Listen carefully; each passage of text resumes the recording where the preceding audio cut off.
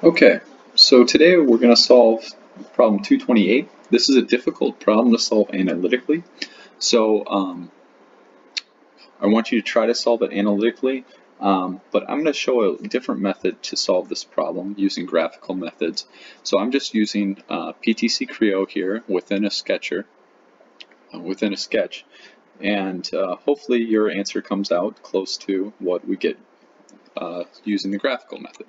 So what we're trying to do here is minimize the resultant force on this bracket here. So maybe the engineer doesn't want this bracket to break. So we have 8 kilonewtons downward, all right, and 6 kilonewtons to the right. And we have this additional force F at 30 degrees. And what we're trying to do here is find the magnitude of F so it minimizes the resultant force when we add all three of these vectors together. All right, so adding all three of these vectors together, we're looking for the resultant force to be as small as possible. Okay, so here I'm just going to go into Sketcher and sketch, and let's start drawing out these vectors. So we have grab the line tool, and we have our first vector, which is downwards at 8. So I can't draw arrowheads on these, but you can imagine that this starts here and ends here. And then to add another vector to that, we're going to go tip to tail. All right. So what we're going to do is have 6 kilonewtons to the right. And then lastly, we have this other vector, which is 30 degrees. We don't know the length of that vector, so we know this one is 6. And we do not know the length of this vector here, the last one, but we do know its angle is 30 degrees. Okay, so. And what we're looking for is what magnitude of this vector here makes the resultant vector the smallest. And the resultant vector is actually the vector from the origin all the way to the tip of our last vector. And let's dimension that,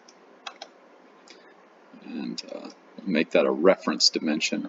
It's not a driving dimension here.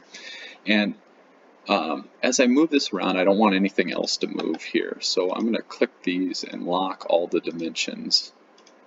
So the 8, the 6, the 30, and then we're going to move this dimension.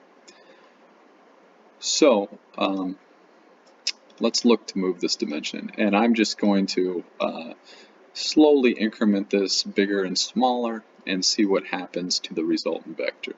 So as I make this bigger, it looks like the resultant vector is actually trending to get bigger. So that's the opposite direction of what we want to do. So let's make it smaller and see if we can get a real minimum to this resultant vector. All right, it keeps getting smaller. It's getting smaller.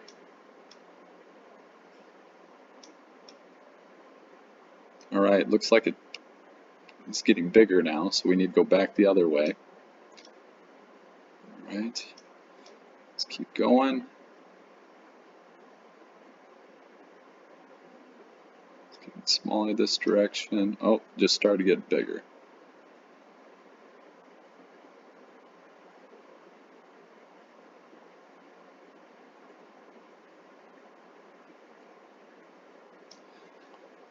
So it looks like the vector F here has the magnitude of about 1.2 kilonewtons. And that's one of the things we're looking for in this problem.